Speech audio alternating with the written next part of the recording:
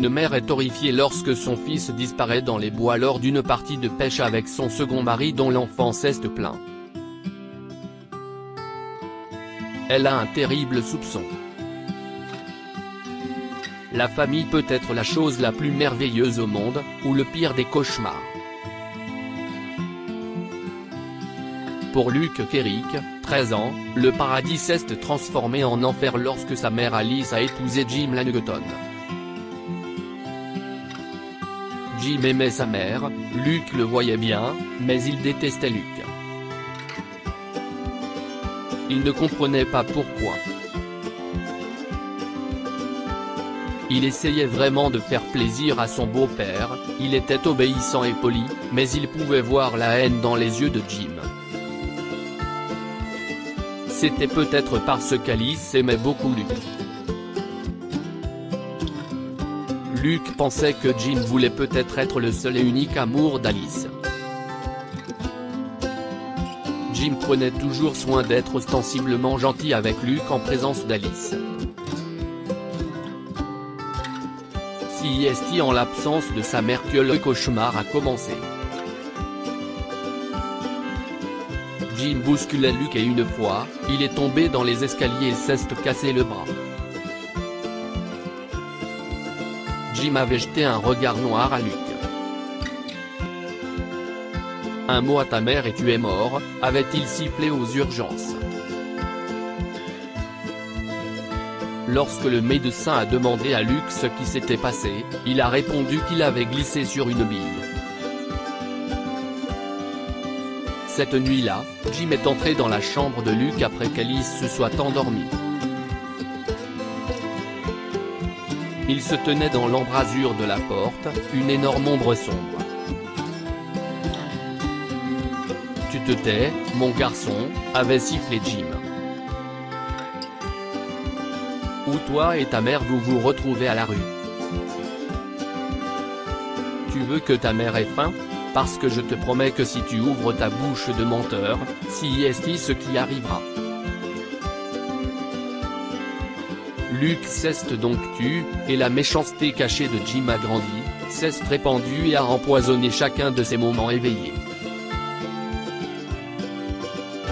Si Luke avait un jouet préféré, il le cassait. Ses amis avaient peur de jouer avec lui, et Jim se plaignait à Alice que son fils était paresseux. « Oh, Jim », Alice soupire. « J'aimerais que Luke et toi soyez plus proches. » Les yeux de Jim s'illuminent. « J'ai une idée », lui dit-il. J'avais l'habitude d'aller camper et pêcher au lac avec mon père et c'était génial. Je devrais peut-être emmener Luke. Si est une idée merveilleuse, dit Alice, ravie. Il faut juste faire attention car il y a des puits de mine des anciens prospecteurs d'or dans ces bois. Je prendrai bien soin de Luke, dit Jim. Je le promets. Luke détestait l'idée de passer tout un week-end seul avec Jim, surtout isolé dans les bois. Il avait peur que quelque chose de grave se produise. « Maman, dit Luke la veille du voyage, je ne veux pas y aller avec Jim. » Parfois, Jim n'est pas très gentil avec moi. Il est méchant. Luke, Alice rit. Je sais que tu préférerais être à la maison avec tes livres, mais tu vas t'amuser. Si est ce dont Jim et toi avez besoin. Un peu de temps seul pour apprendre à mieux vous connaître. Je le connais, maman, a protesté Luke. Tu ne le connais pas. Ça suffit, Luke, Alice se fâche. Tu pars et si est tout. Le voyage fut aussi mauvais que Luke l'avait imaginé. Jim était désagréable, sarcastique et faisait des blagues désagréables. Il traita Luke d'inutile et de perdant parce qu'il ne savait pas comment monter une tente ou appâter un hameçon. Luke s'est-tué à garder la tête baissée. C'était le mieux qu'il pouvait faire. Le deuxième jour, Jim l'envoya dans les bois pour ramasser du bois et c'est là que l'accident se produisit. Luke tomba dans un vieux puits de mine et resta là, 6 pieds plus bas, accroché à un vieux bois qui s'effritait. Il criait et criait parce qu'il avait mal à la jambe et parce qu'il avait peur. Enfin, Jim arriva. « Si quoi tous ces cris ?» demanda-t-il, puis il vit Luke et se recroquevilla. Il sourit et se frotta le visage. « Eh bien, dit-il, si un problème et ce n'est pas une erreur. Un garçon tombé dans un puits pourrait ne jamais être retrouvé même si une centaine de personnes fouillaient ces bois, surtout s'il ne pouvait pas crier, et d'ici demain matin, tu ne pourras pas faire le moindre bruit. » Puis Jim sourit. « Je plaisante, Luke. Je vais chercher la corde. » Luke le regarda s'éloigner, mais les heures passèrent et Jim ne revint pas. Il commençait à faire vraiment sombre et froid et Luke avait très peur. Il a essayé de bouger un peu et a découvert qu'il pouvait se hisser petit à petit en s'accrochant aux vieilles poutres qui bordaient le puits. Il lui fallut une bonne partie de la nuit, mais il s'en sortit.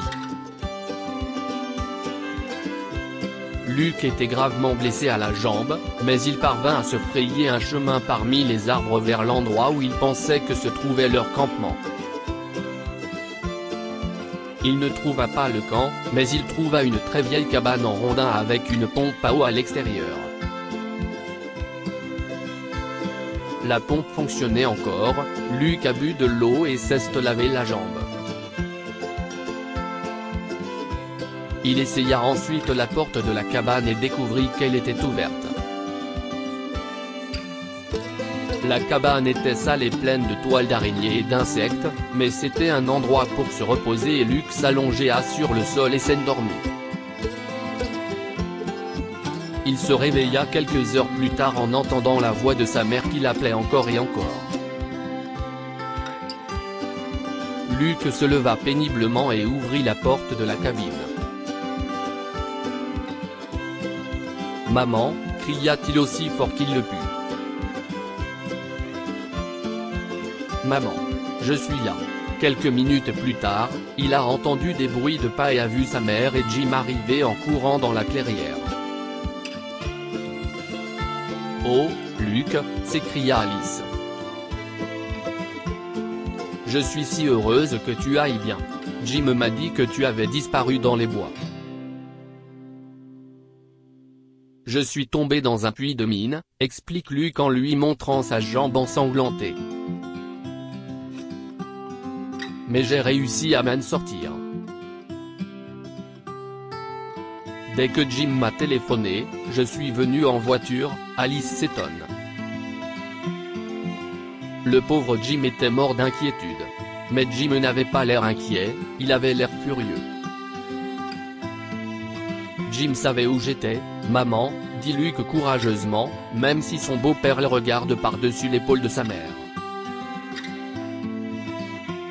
Il m'a laissé là-bas. Il voulait que je meure. Alice s'est retournée pour fixer Jim. « Si est-ce vrai ?» a-t-elle demandé, horrifiée. « Je t'avais dit de te taire, » Jim hurla Luke. «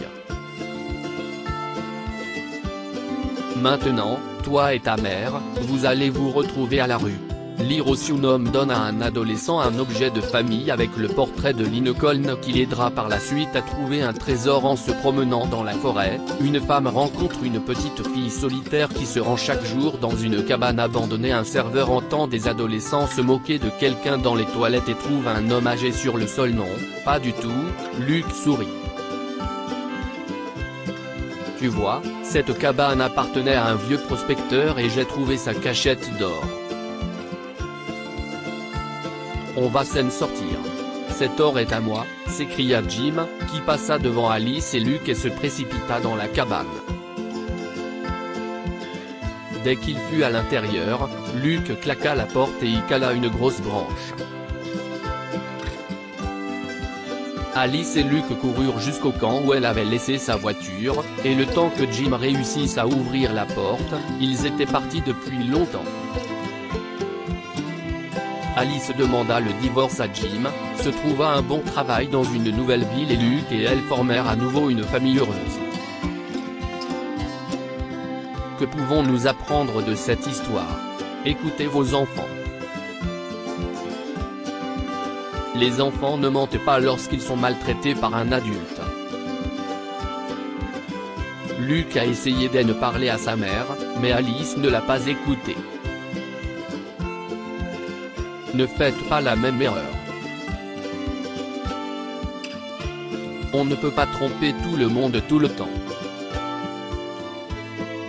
Jim a caché sa méchanceté et sa jalousie à Alice, mais la vérité a fini par éclater. Partagez cette histoire avec vos amis. Elle pourrait égayer leur journée et les inspirer. Si vous avez aimé cette histoire, vous aimerez peut-être celle d'une grand-mère qui entend son petit-fils se moquer d'un garçon vivant dans un vieux pick-up et portant des vêtements usés. Abonnez-vous à Mon Mama sur Google News. Partagez.